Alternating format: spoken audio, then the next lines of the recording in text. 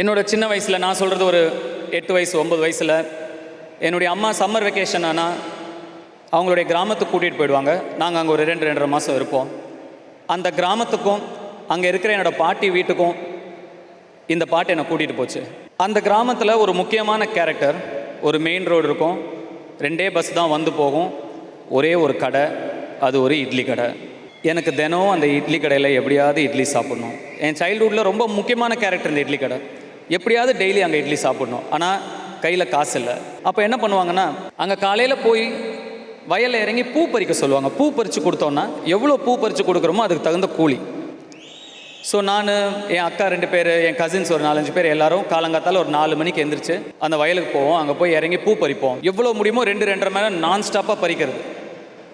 2.5 மணி நேரம் பறித்து முடித்தா ஆளுக்கு ஒரு 2 ரூபா 2.5 ரூபா கிடைக்கும். அந்த 2 ரூபா 2.5 ரூபாயை எடுத்துக்கிட்டு நேராக ஒரு தோட்டத்துக்கு போவோம். அந்த தோட்டத்தில் ஒரு பம்பு செட்டில் இறங்குவோம். அங்கே ஒரு தொட்டி இருக்கும், ஏட்டையார் தோட்டம்னு ஒரு தோட்டம். அந்த தொட்டிக்குள்ளே இறங்குவோம். ஆசை தீர அங்கே ஒரு ஆட்டத்தை போடுவோம். குளிச்சுட்டு அந்த துண்டை கட்டிக்கிட்டு அந்த துண்டோடு அந்த மெயின் ரோட்டில் அப்படியே தக் லைஃபாக நடந்து வருது, அப்படியே நடந்து வருவோம். நடந்து வந்து அந்த கடைக்குள்ளே போயிட்டு அந்த மர பெஞ்சில் உக்காந்துட்டு அந்த 2.5 ரூபாய்க்கு 4 இட்லி 5 இட்லி ஏதாவது வரும்.